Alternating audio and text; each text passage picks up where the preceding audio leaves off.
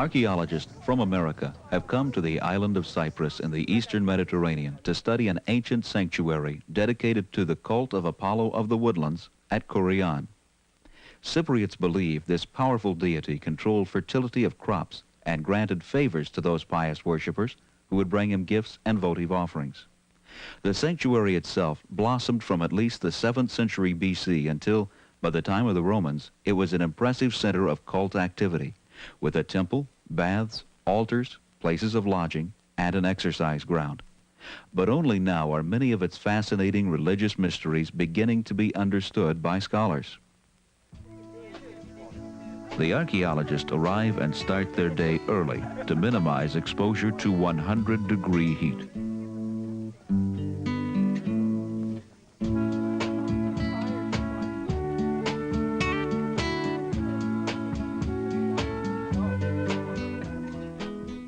Laying out trenches to excavate, carefully removing soil to avoid losing even the smallest object, rebuilding monuments to capture the essence of a structure left in ruins thousands of years ago. All of this to preserve a record of the details of the most important discoveries at Kourion. Project directors David Soren and Diana Buitron coordinate all of the work. To do this, they must understand the ancient history of this unique country. Cyprus was an ancient cultural crossroads. Phoenicians, Egyptians, Assyrians, Greeks, Romans, all were here. By the 7th century before Christ, the sanctuary of Apollo was created, destined to flourish for over 1,000 years. What rituals of this mysterious god attracted worshippers here from foreign lands? What made this bustling cult center suddenly vanish under the earth?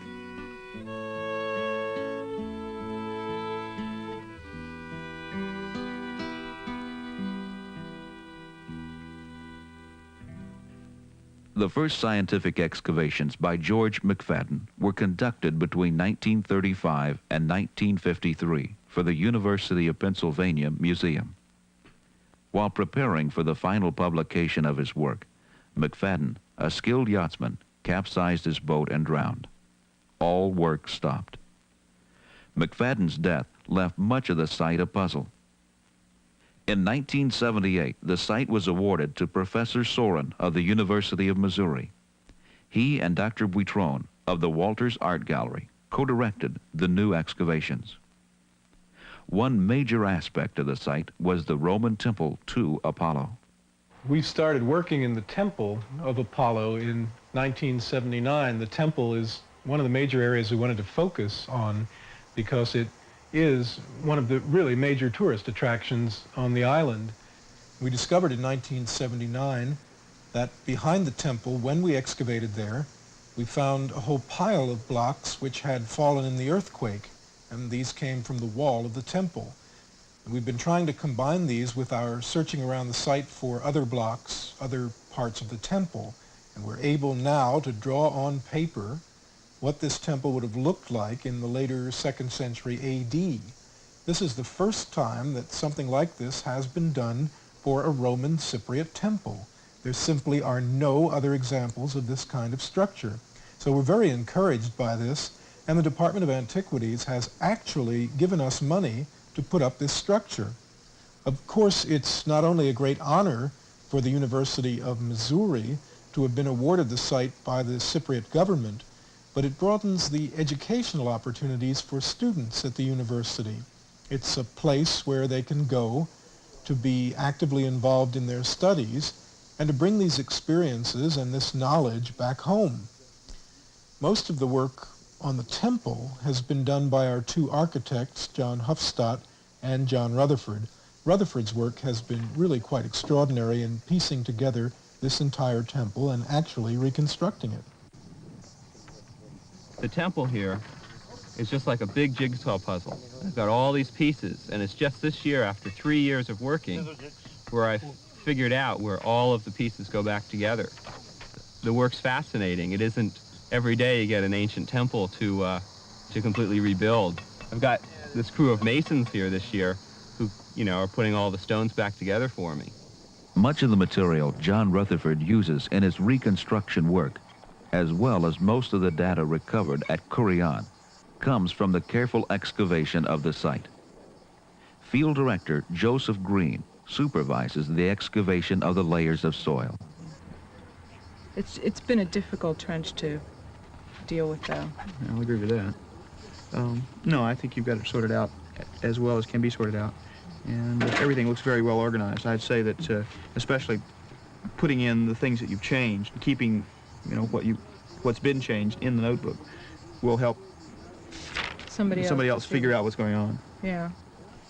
Hillary Brown is a graduate student at the University of Missouri. Some of the things that I learned were the need to record properly, because excavation is essentially destruction of scientific evidence. And in a moral sense, the information that one takes from the ground belongs to everyone. Everyone should have the opportunity to reconstruct what happened here, anyone who's interested. I enjoy the field work. It's very hard work. There's no doubt about that. And there are long hours. We only have a certain amount of money, and every minute counts. Sleep is lowest priority on the list, and that can be very wearing. We're in the last couple weeks now, and I think everyone is feeling very dragged out. But now's the time for everyone to really rally and get everything done.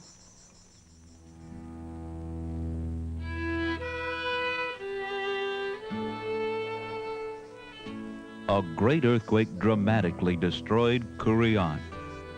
Earlier excavators believed that it occurred between 325 and 350 AD. Present work has suggested a later date. The archaeologists sought ways to prove this new theory. One of the ways that we used was to find about 22 coins, Roman coins, late Roman coins, which we were able to study. They were found amid all sorts of earthquake debris and collapse from buildings. And these coins turned out to be relatively uniform. We kept getting the same pattern of dating.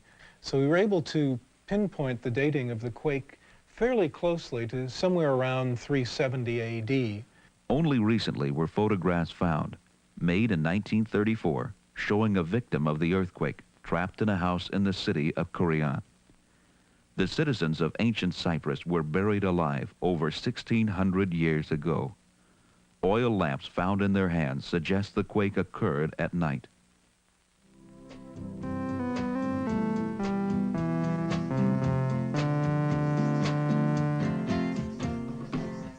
The archaeological work goes on, day after day, in 100-degree heat.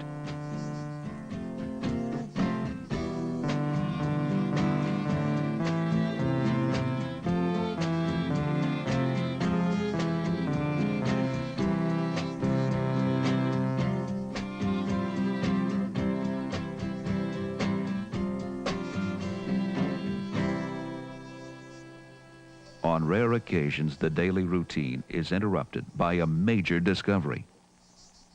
While excavating the sacred altar of Apollo, the Holy of Holies at Kurian, archaeologists found 2 bulls, 1 silver and 1 gold. They're made the same way. They're made exactly the same way. You see this how this is all made in one piece and laid over the back. Exactly. You see the same exact way. Beautiful. And this one's just a little bigger because it's silver. Have we got the other horn and the other leg? We're looking It should for be it there. now. Brand new brakes. Oh, yeah. They're not corroded at all. It must be It there. should be right there. They're going to be in the dirt that they're going to sieve now. Yeah. Oh, that's really exciting. The little one is the most beautiful. I wonder how many ounces of gold that is. Later, the bulls are cleaned by conservator Terry Weiser.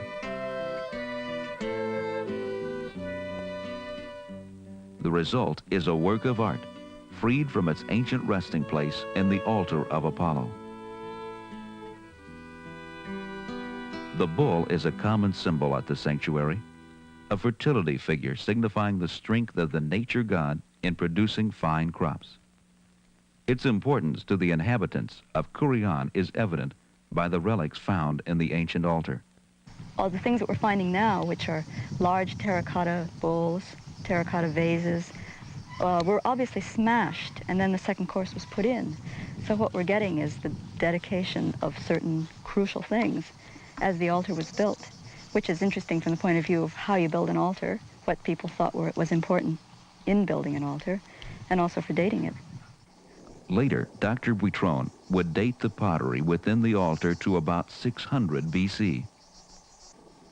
Pottery reading is a daily chore which never seems to end. Every shard, no matter how unimportant it seems, is examined. It's by these tiny fragments that the buildings of Kurion are dated.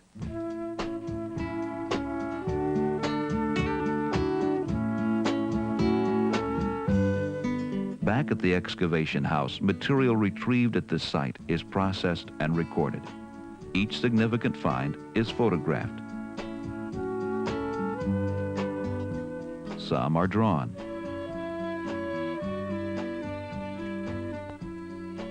They're cleaned and preserved. Then all are cataloged.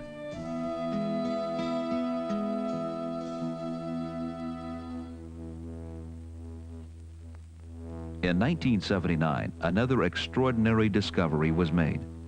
When first unearthed, it was just a tiny curve of stones.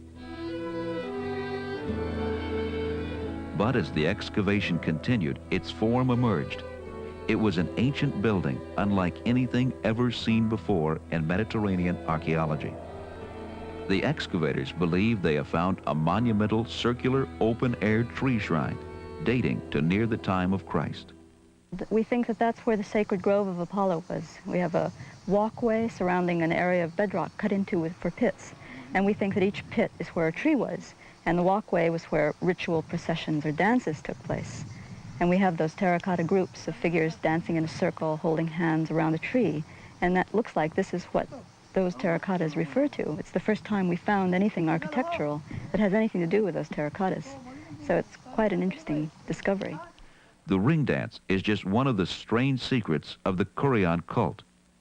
The worshippers of Apollo also venerated sacred cone-shaped magic stones called beetles. Cypriots believe that the power of God came through images like these. They are especially important because they are very similar to the famous sacred stone shown on Roman coins of the 2nd century AD. Studying ancient civilizations can have a number of benefits. Architect John Rutherford has found that his work has given him a new perspective of his profession. I'm designing new buildings all the time.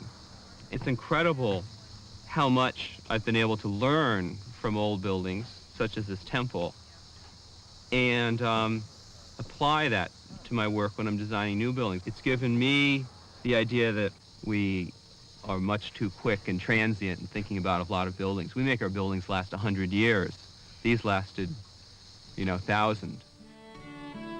Through images and experiences such as these, we realize that archaeology is more than a pursuit of a forgotten world. It reaches through time to help us understand the present. Such are the strange pathways the archaeologists of Kurion uncover in this story of their search for Apollo.